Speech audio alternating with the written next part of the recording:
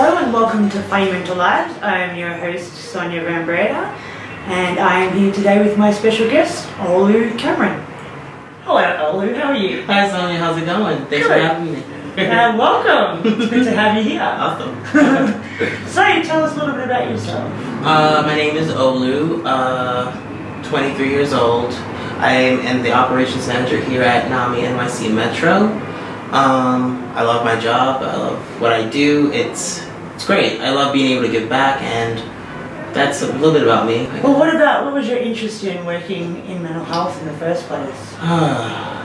My main interest more so kind of stems behind the whole idea of self-care. Okay. Because I've never been diagnosed with anything or anything along those lines, but like growing up, especially in the Caribbean household, depending on how you act and behave, you may be kind of deemed as if something is wrong with you. And that kind of, I think now that I'm unpacking things and getting older, I'm realizing that kind of statement you kind of like internalize a little bit. You may think something is wrong with me. What is wrong with me? And it may just be a personality thing. It may just be me. But I feel as though kind of that started to put me on this path of kind of like self-care, self-awareness, being aware of my mental state and what makes me happy, what makes me not happy, my emotions and feelings. And that's kind of where my main passion kind of drove me into working here at NAMI. Okay, so you must have started doing that very young. I think so, but I didn't realize I was doing it. Right. If that makes sense, yeah. I'm guessing you're not a stereotype. No. You kind of where that comes from. You're not quite the same as everybody else. So sometimes the message sent is that there must be something wrong with you. So I had the same thing too. I was different, and so I was told there was something wrong with me. Yeah. Like I was legit told those words. Yeah. And it does. You do really like it. Don't do that. Yeah, it's not good at all. It's not okay. Because even if you don't think the child is listening and internalizing it, they will internalize it. And maybe not be in 10 years, maybe in 20 or 30 years, they may come back and be like, wait, that was said to me. Maybe that's why I have these issues going on with me, possibly. I mean, it definitely doesn't help. And it doesn't necessarily have to be those exact words. Exactly. It can be, it'd be like actions, or even like, constantly questioning, like, why do you keep doing this? Why do you, and why are you doing this? Why are you acting so weird? What's wrong with you? What's the problem? Right, why do you talk like You're sick in the head. Things like that. You will hear it, and it may not be as cutting in the moment in time, but like after a while, hearing that over and over and over and over again, it kind of plays a role and it has an effect on you. Right, so. And even if you think you're not trying to be horrible, or you're not really, you don't really think that, the person receiving it is being belittled. He or she is being hurt, the individual. So it's things you have to really think about. And sometimes good intentions or best of intentions can go awry very, very easily. Did you go to school or anything like that? Or? So I graduated from Brooklyn College. So I'm born and raised in New York. I graduated with my bachelor's in arts and communications. Okay. And that's a fairly broad topic, I like to say. And it allows me to do as much as I can in different kind of realms. I'm able to work in a nonprofit, but I play a hand in support groups, programming, classes, HR, events, all of these things. So it's lots of little things that, because communications is so broad and it kind of encompasses so many different factions and aspects of life, it allows me to like kind of travel, not become someone else, but work within different realms and fields and kind of get experience that way. Right. Always very efficient at his job, I have to say. First of all, because like you were 23 years old, I had no idea you were 23 years old. Like we've been talking, I've been doing this for 2 years now, so I've known you for 2 years, and I never thought of asking you how old you were. Wow, thank you. So where you grew up, your environment, I take it that you might not have had the sense of family that some people may have, like the closest, the people who understand you and all that sort of stuff might have been a little bit less than in some ways. You could definitely say that. I would say I felt like I was the black sheep. Right. I was the middle child. I feel like high five. So middle kids, we kind of have it good and bad. Yeah. You have that freedom to kind of be independent because your parents just like they'll be fine. Yeah. That's what my always used to say. Yeah, they'll be fine. And then the oldest child is always going to be the oldest, my first. The last one will always be my last, my baby. So in the middle, you're always kind of in flux. And I kind of had to like not fend for myself because I will say my parents were there when it came to the things needed for a child to survive. Shelter, food, safety, all those things I was taking care of in that regard. But when it came to emotional support, that's something that wasn't there, and that may be that is prevalent in the Caribbean community. It's something that if I were to talk to another Caribbean person, 9 times out of 10 they probably would say, yeah, like most Caribbean families aren't as emotionally supportive in that regard. Yeah, it's not part of the tradition. It's not part of the culture. Yeah. So basically.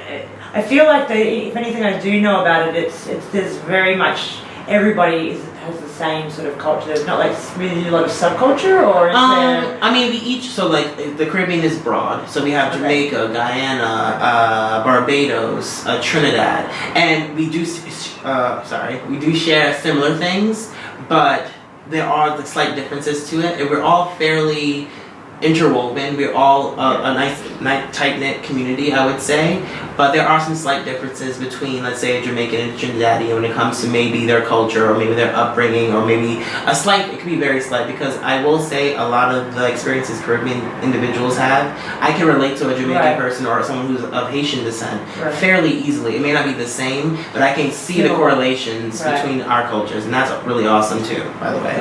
Yeah, I bet. But when it comes to like this emotional support thing, it's probably very similar throughout.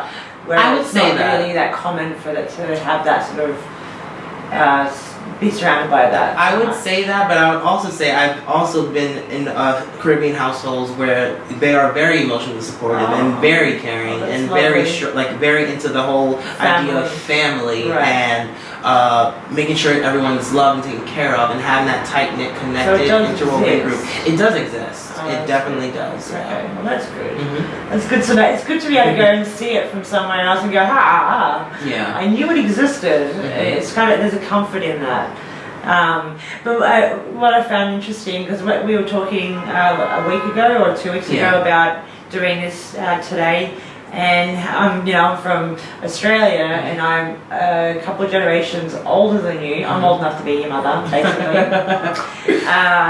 And how easily we talk to one another, and for someone like me, because like I'm diverse in terms of my cultural background. Also, I'm half Dutch, and a little bit of English, Irish, and a quarter French Polynesian. All right. So I'm guessing that my sisters and I are the only 3 people probably on Earth that have that combination. So we don't really have a community per se to just drop by and you're wholeheartedly the same.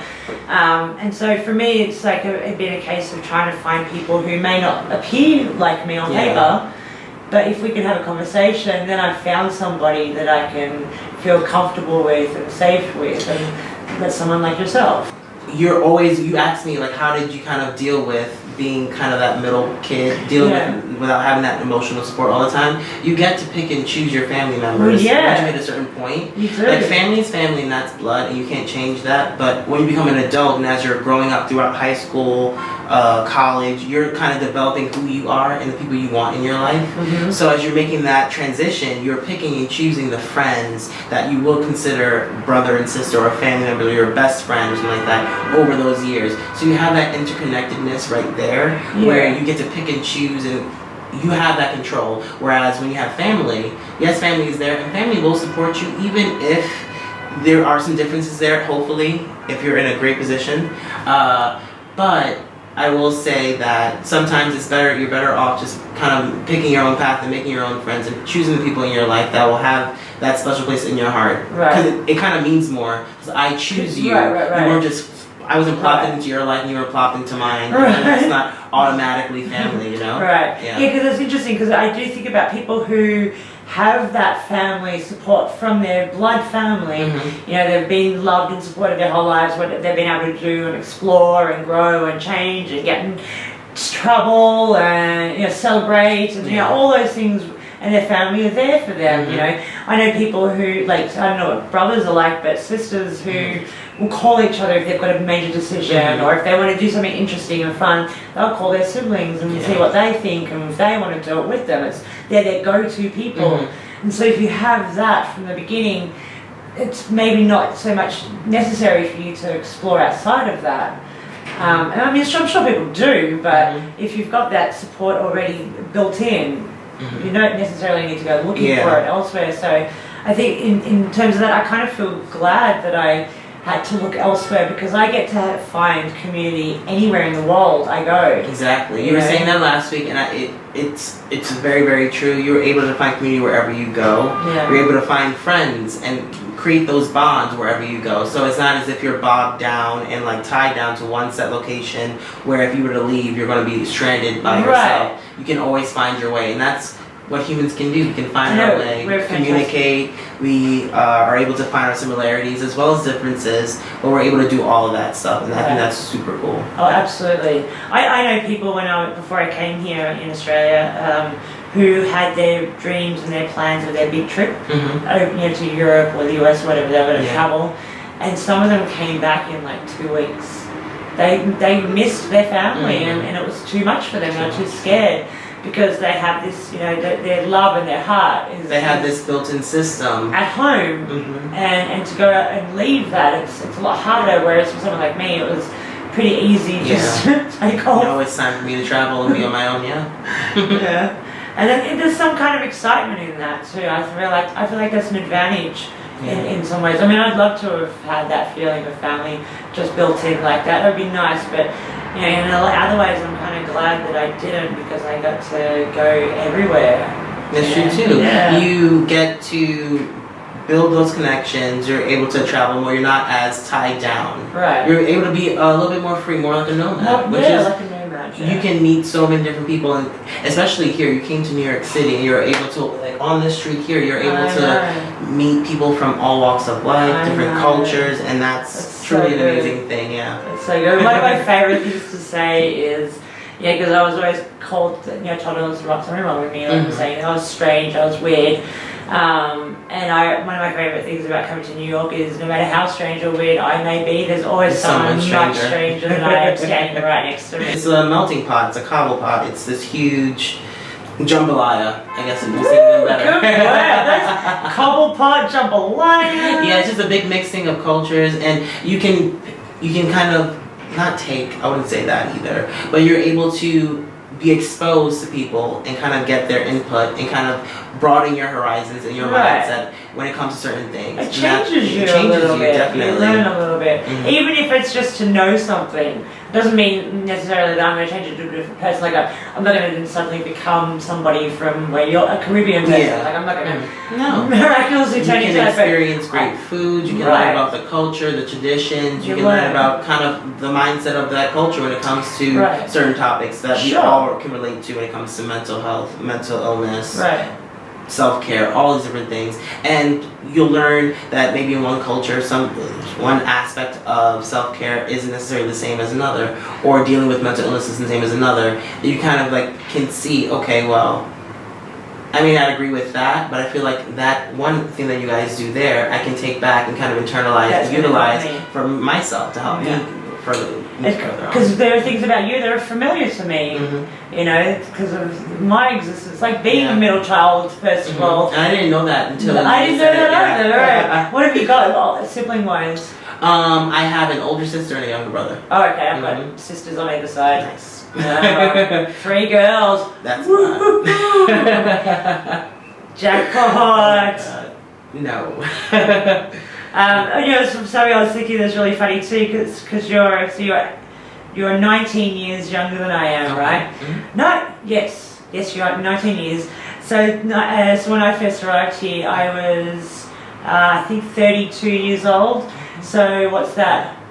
So there was a 13-year-old boy running around in high school. One day I was going to end up having some interesting conversations with a 32 years old. Yeah. Isn't that funny? Incredible. And the thing I realized, like I worked I stayed in the city, and I'm kind of glad I stayed throughout most of my schooling in the city, because I've been able to go to so many different parts of this huge city. So I've worked in a jewelry store, I've worked in another nonprofit, and the people I worked with, regardless of age, I stopped thinking about it that way after I left high school. It was more so, you're a person, I'm a person. What can we communicate on? It's all about respect, figuring out, okay, what's your niche? What can we connect on? And you find that connection, you can kind of build upon it and create like a bond right there and there. Yeah. Instead of like shutting someone off because they might be different, 10 years younger than you. Yeah. I like knowing people's ages, not because I'm going to go, oh, you're too young or you're too old, nothing like that. I just like to see where different people are at different stages in their lives. I've always found that interesting. Like when I was 21, I went to an Alanis Morissette concert and we're the same age. Yeah. And I was looking at her going, wow, she's this mega superstar on stage with millions of people adoring her. And I'm working at the local supermarket. Like, it's just like, wow, there's the phenomenal difference in that. It's not, I didn't feel like I was inadequate or anything. It's just, it blows my mind to hear the difference. The paths we can take, I always think about that, just like how you're born and you're set on this path and you don't know where it's going to take you, but like as long as you dream and figure it out and kind of have that like drive and passion behind anything, you can do anything you want to do. I think so. And I think at 21 I wouldn't be doing what I'm doing now. I don't think I could have, as much as I'd like to think it would have been great to move to New York at 21, I don't think I would have been able to do that and succeed. Yeah. I still had a lot of work to do. And New York is hard. Yeah. It is hard. Yeah. If you're born into it, you kind of have like an easy pass, I will say. Where like you don't have to worry about as many things because you already been grown up through it. You've already learned the cheats and like the not side well, it's just normal though. It's just regular. But so what about at school? Did you have like other people like you, or were you? How diverse was your school? I went to fairly diverse schools. I went to predominantly African American with a sprinkling of Hispanic students in elementary school. My junior high school was a nice mix as well. We had African American students, Caribbean students, and we also had some Hispanic students from like the Dominican Republic, and we had some students from Puerto Rico. We've had some Indian students, and we had some Asian students. So like that was my first real exposure to like the cobblepotness of New York City. And I was just in a small little section of Brooklyn called Bushwick back then. Well, I mean it's still called Bushwick now, but it's not the same. And that's also a generational thing too, because you're coming into the world where things are changing quite significantly. Yes, a lot. It's the first time we were able to wake up and be like, oh wait, this is what's happening. We're not just viewing it as spectators, we are living in it now. Yeah. Especially with going on currently, I kind of had that realization earlier this year where it's like, okay, wake up. Really, wake up now. Because you're used to just reading about history behind that book. Like you're in high school, you're in college, you're reading like, okay, cool. When I was in college, we had Barack Obama, and everything, it was like a great piece. Like you didn't have to worry about anything, but now with this new current president in office, the name you cannot say. I don't say his name. With this new current president there, it's kind of just like, wow, this is it. This is, I guess, my time. My first. What would I say? My first challenge? Not even challenge. This is my first experience dealing with change when it comes to this grand level. And what do you do to better yourself? What can you do to help change this world in the way that you want to make it look? What can you do? Right, because it's going in a direction you may not want. Yes. So with going to school in such a multicultural setting, you kind of got to live the benefits of other people's hard work. Yeah. And so that's an interesting position in and of itself. Learning from it is good, but some people just take it for granted that that's the way it's always been. You have to learn from it. You learn from it, but now you've grown up, and now you've got this name we shall not speak as your president, and I conveniently say you're president. Lucky you. And now you find yourself in it is a challenging position, and a lot of people I don't think are taking it in a good way to They're saying right now it's time to step up. We've got to do stuff. Yeah. We can't just sit back and cruise anymore. You got to actually take action and But change. A lot of people are kind of in this mindset of like, I'm going to kind of distance myself from what's going on right now because I can't mentally take it. Yeah, fair enough. And there's so many there's so many instances when that happens where it's just like, I can't take this much, I need to take a break from it. That's good though. There's ways in which you can take a break, but also keep yourself aware and abreast of what's going on. Sure. So it's a balancing act you have to kind of figure out, which is kind of like mental health, kind of a balancing act. Absolutely is. There's so many external stressors that can prompt certain changes within yourself, you never know. And you have to balance and make sure you're taking care of you. Well, the balancing of anything is mental. Yes. Like, it's all to do with how much you can handle mentally. It's got, even, I mean, physically, sure, but that's so much easier to deal with. Because you can look at something and go, that's too heavy. And I'm not going to touch it. Yeah, I'm not going to touch it. But when it comes to mental, it's a bit harder to work out when enough is enough. Yeah. And when you need to pull back. So all of that, everything that I think that we're talking about going on right now in this world is all definitely a mental balancing act.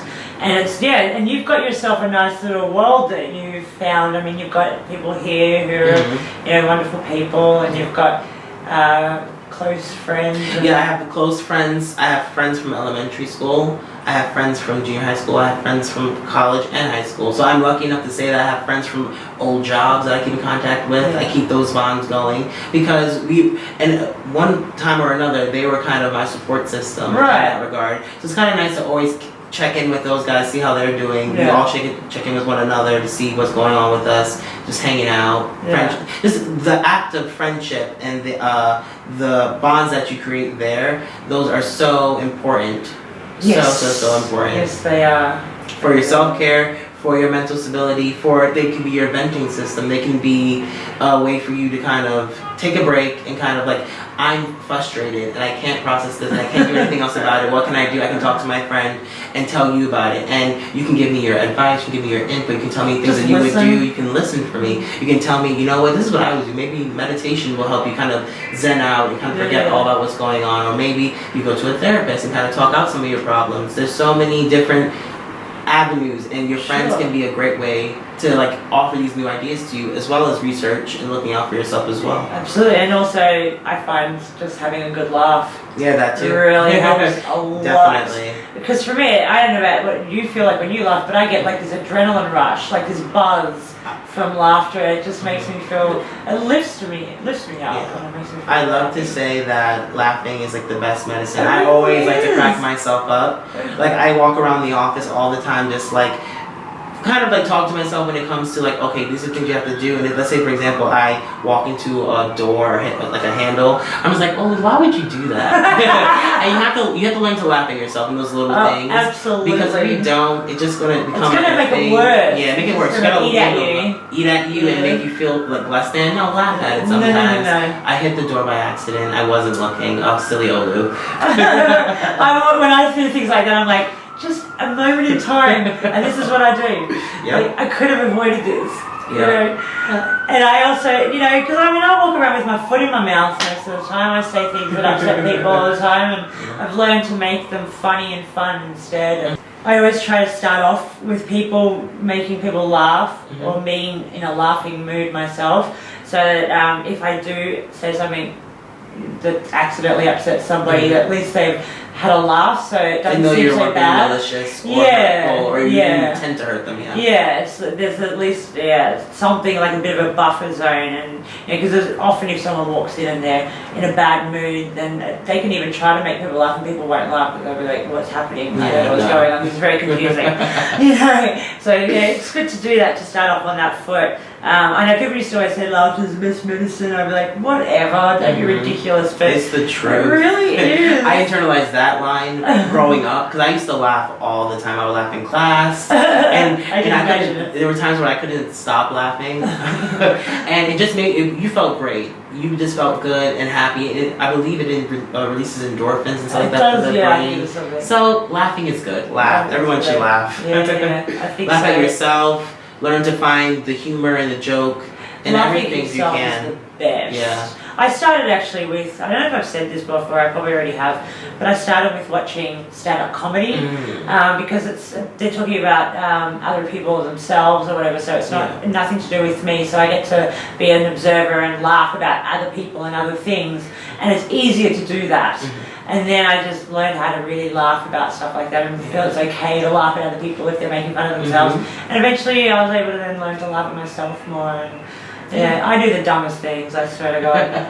I remember when I was at LAX a couple of years ago, and and I wanted to go down an escalator, but I couldn't see the down escalator. I was standing a little distance away, but there was a big, massive pole in front of the down escalator, so I could only see the upside. And I'm sitting there going, where is it? And then I asked the security guy, and the security's like, it's right there.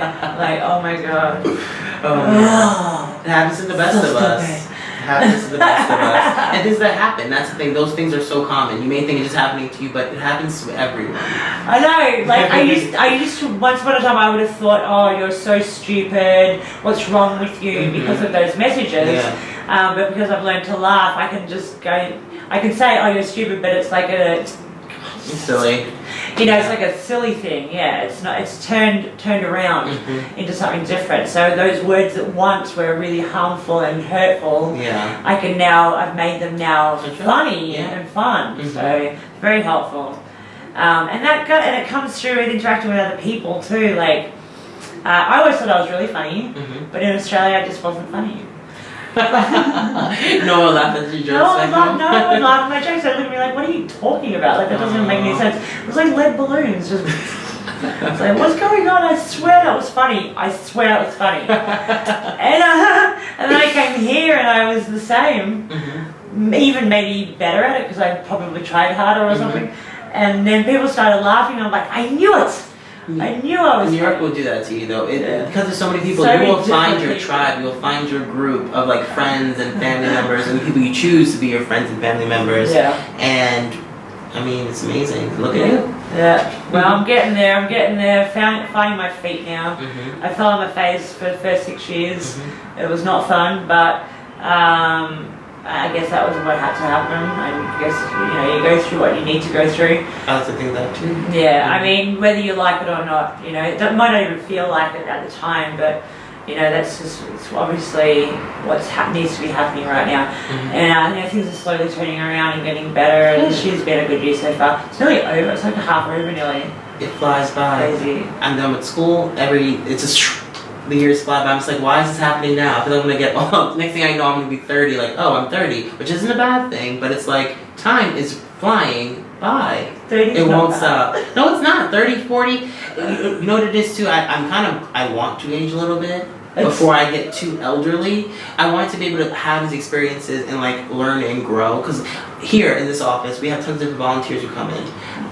We have so many volunteers, and they're all from different walks of life, different ages, and I can relate to them and learn from them as much as I can. And I can't wait to kind of be in that stage of my life and see where I will turn out and how hopefully I will be a very positive individual. You're not a normal 23-year-old though, in the first place. So it's going to be interesting to see what you turn out in your 40s or whatever. See. But then I don't think of myself as what I thought 40 was when I was your age. I thought 40 was middle-aged and boring and just.